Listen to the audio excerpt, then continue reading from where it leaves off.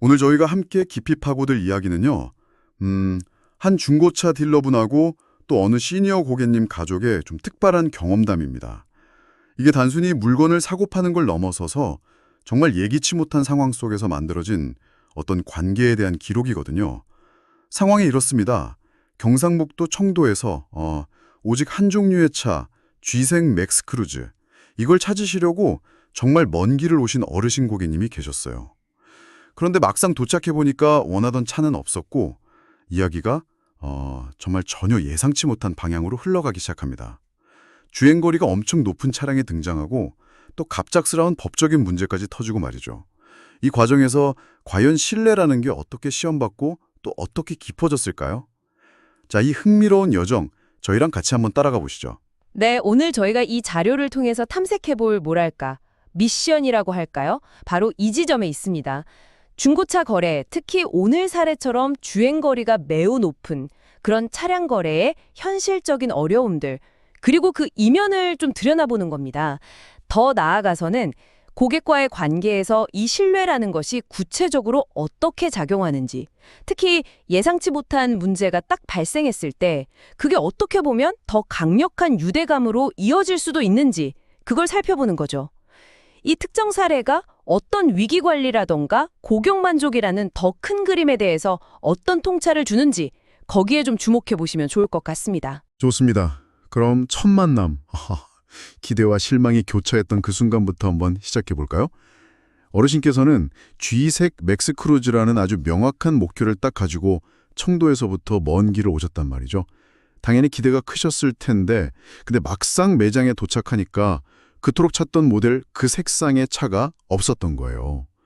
옆에서 지켜보신 따님의 말에 따르면 아버님 표정이 그 순간 딱딱하게 굳어지셨다고 해요. 아, 이 먼 길을 헛걸음했나 하는 그런 실망감, 스치셨겠죠. 첫 단추부터가 좀 쉽지 않았던 상황입니다. 바로 그 순간이 어떻게 보면 현장에서 딜러분들이 정말 일상적으로 마주하는 현실적인 딜레마를 딱 보여주는 것 같아요. 고객의 구체적인 기대를 충족시켜드리고 싶은 마음하고 또 실제 보유하고 있는 재고 사이의 그 불가피한 간극. 네. 여기서 이제 딜러의 다음 행동이 중요해지는 거죠. 실망한 고객을 어떻게 응대하느냐에 따라서 이후의 모든 과정이 달라질 수 있으니까요. 그냥 없습니다 하고 돌려보낼 수도 있었을 텐데 이 딜러분은 다른 선택을 하신 겁니다. 맞아요. 그냥 포기하지 않고 다른 가능성을 찾아본 거죠. 마침 같은 쥐색을 가진 다른 차, 그러니까 투싼이 눈에 들어왔다고 합니다. 물론 처음에는 가족들 모두 망설였다고 해요. 아니 맥스크루즈를 생각하고 왔는데 투싼이라니? 뭐 이런 거죠. 하지만 딜러분이 차량 상태를 정말 꼼꼼하게 설명해주고 또 실물을 직접 확인해 보니까 외관이나 내부가 생각보다 훨씬 깨끗하고 관리가 잘 되어 있었다고 합니다. 그래서 어르신도 조금씩 관심을 보이기 시작하셨고요. 그런데 여기서 정말 상상하기 어려운 반전이 기다리고 있었습니다. 바로 주행거리였어요. 자그마치 40만 킬로미터. 40만이요? 와, 네. 보통 10만, 20만 킬로만 넘어도 많다고 생각하는데 40만이라니요. 저도 처음 듣고 제 귀를 의심했습니다. 이건 일반적인 중고차 시장에서는 거의 보기 힘든 숫자잖아요. 그렇죠. 거의 없죠. 그래서 딜러분도 이 점을 숨기지 않고 아주 솔직하게 말씀하셨다고 합니다. 어르신, 솔직히 이 차는 국내에서는 판매하기가 어렵습니다. 라고요. 그렇죠. 40만 킬로미터라는 주행거리는 국내 중고차 시장에서는 굉장히 중요한 의미를 갖습니다. 대부분의 국내 소비자들에게는 과도한 사용은 곧 높은 고장 위험이라는 아주 강력한 신호로 받아들여지거든요. 그래서 구매를 꺼리는 가장 큰 요인 중 하나가 되죠. 차량의 핵심 부품 수명에 대한 불안감이라던가 예상치 못한 큰 수리 비용 발생 가능성 이런 것들이 복합적으로 작용하는 거예요. 그래서 이런 초고주행 차량들은 일반적인 내수 판매보다는 특정 국가들을 대상으로 하는 수출 시장으로 보내지는 경우가 훨씬 많습니다. 각 나라마다 차량 관련 규제나 소비자 선호도, 정비 환경 같은 게 다 다르기 때문에 국내에서는 가치가 낮게 평가되는 차도 해외에서는 충분히 수요가 있을 수 있거든요. 그렇군요. 근데 여기서 딜러분의 태도가 진짜 인상적이에요. 보통은 어떻게든 단점을 좀 가리고 팔려고 할 수도 있을 텐데 오히려 먼저 이 차는 국내 판매용으로는 적합하지 않다고 딱 선을 그은 거잖아요. 바로 그 지점이 중요합니다.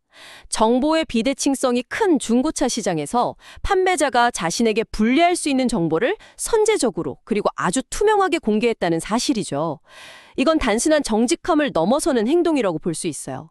단기적인 판매 이익보다는 고객의 상황과 입장을 먼저 고려하겠다는 신호를 보낸 것이니까요. 아마 이 순간부터 고객 가족은 이 사람은 믿을 수 있겠다는 생각을 하기 시작했을 가능성이 높습니다. 네, 딜러분은 한 발 더 나아가서 구체적인 조언까지 했다고 합니다.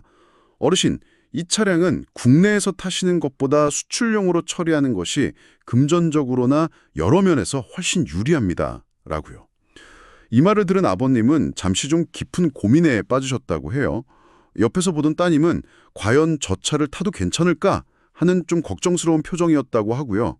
아무래도 40만 킬로라는 숫자가 주는 무게감이 상당했겠죠. 네, 그렇죠. 하지만 결국 가족들은 딜러의 솔직함과 그 전문성을 믿어보기로 결정을 합니다. 이 결정의 순간을 좀 더 깊이 들여다볼 필요가 있을 것 같아요. 40만 킬로미터라는 객관적으로 봤을 때 매우 큰 리스크 요인이 있는 차량입니다. 그럼에도 불구하고 고객이 구매, 정확히는 이제 수출을 위한 구매를 결정하게 된 동력은 과연 무엇이었을까요? 저는 단순히 솔직함 때문만은 아니라고 봅니다. 딜러가 문제점을 투명하게 공개했을 뿐만 아니라 그 문제에 대한 가장 현실적이고 고객에게 유리한 해결책, 즉 수출이라는 것까지 함께 제시했기 때문이죠. 그러니까 문제인식에서 그치지 않고 해결 방안까지 적극적으로 모색하는 모습을 보여준 것이 신뢰를 결정적으로 끌어올린 요인이 된 겁니다. 이건 딜러 스스로 나중에 밝혔다는 딜러는 착해야 한다, 정직해야 한다는 그 철학하고도 딱 맞아떨어지는 부분이고요. 아, 그러네요. 네, 단순한 선언이 아니라 행동으로 증명된 철학인 셈이죠. 그렇게 신뢰를 바탕으로 투싼을 수출하기로 방향을 잡았지만 다음 관문이 또 기다리고 있었습니다.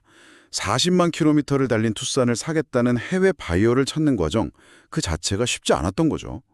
옆에서 지켜보던 따님도 딜러분이 정말 애쓰시는구나, 이게 보통 일이 아니구나 하고 느낄 정도였다고 합니다.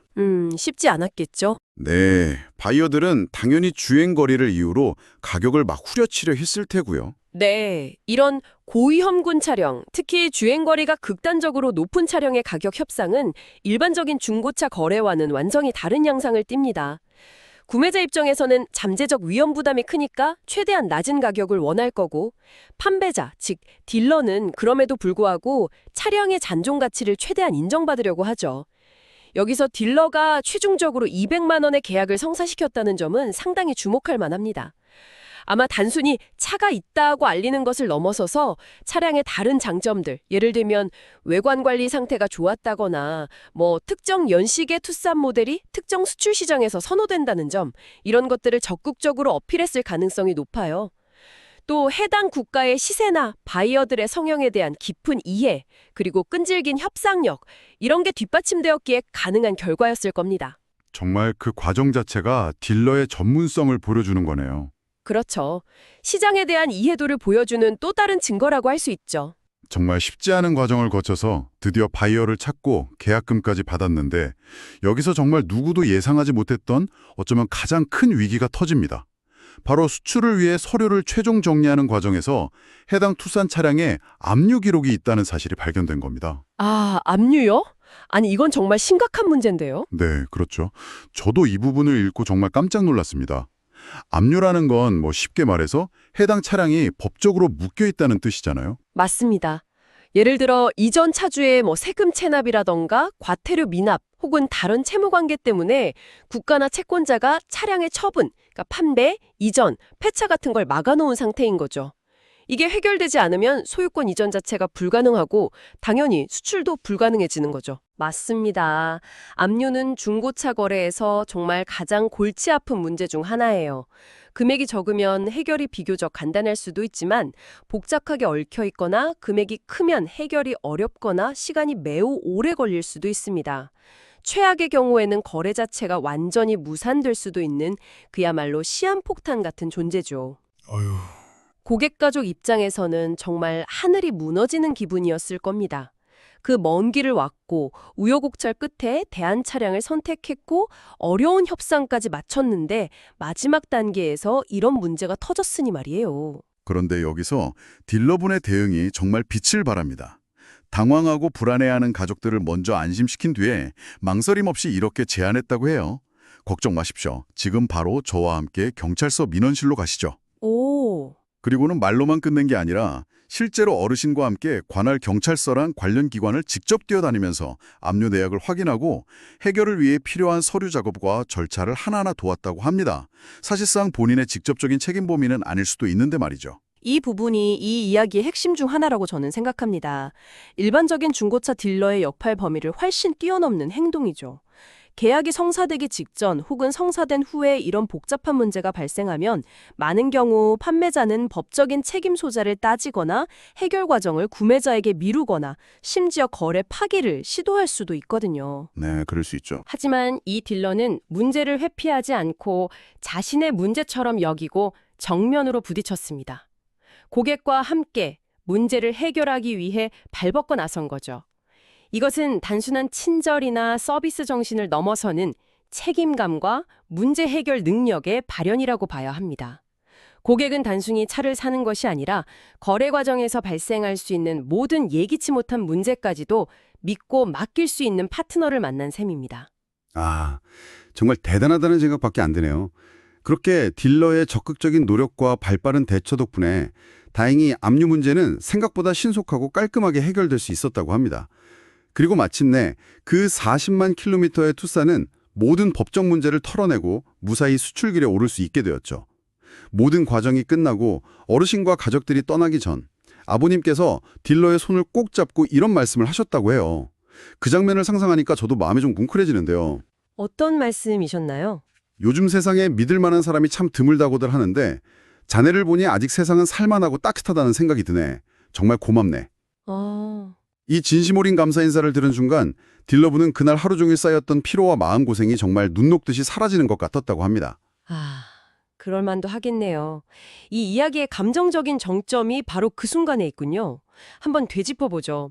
처음에는 원하던 차가 없어서 실망했고 대안으로 제시된 차는 무려 40만 킬로미터 주행이라는 엄청난 핸디캡을 안고 있었고 마지막에는 예기치 못한 압류라는 법적 문제까지 터졌습니다.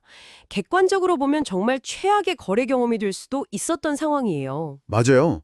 정말 최악이죠. 하지만 이 모든 어려움을 판매자와 구매자가 함께 헤쳐나가는 그 과정 속에서 단순한 상거래 관계를 넘어서는 깊은 인간적인 신뢰와 유대감이 형성된 겁니다. 따님도 마지막에 이렇게 덧붙였습니다.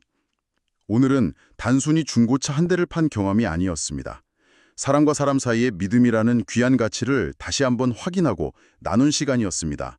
그리고 아버지를 포함한 온 가족이 그 딜러분이 말했던 딜러는 착해야 한다, 정직해야 한다는 철학이 결코 빈말이 아니었음을 몸소 느꼈다고요.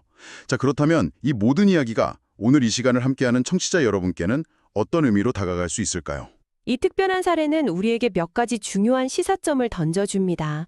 첫째, 앞서 강조했듯이 정보의 투명성이 신뢰 구축에 얼마나 결정적인 역할을 하는지, 특히 중고차처럼 정보 비대칭성이 구조적으로 존재하기 쉬운 시장에서는 그 중요성이 더욱 크다는 것을 재확인시켜줍니다.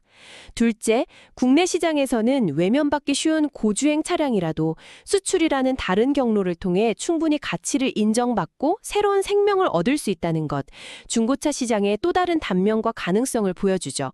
이건 어떤 자원의 효율적 활용이라는 측면에서도 생각해 볼 지점이 있고요. 네, 그러네요. 그리고 마지막으로 어쩌면 가장 중요한 것은 아무리 기술이 발전하고 비대면 거래가 확산되더라도 결국 비즈니스의 본질에는 사람과 신뢰라는 매우 인간적인 요소가 깊숙이 자리 잡고 있다는 사실을 다시 한번 일깨워 준다는 점입니다.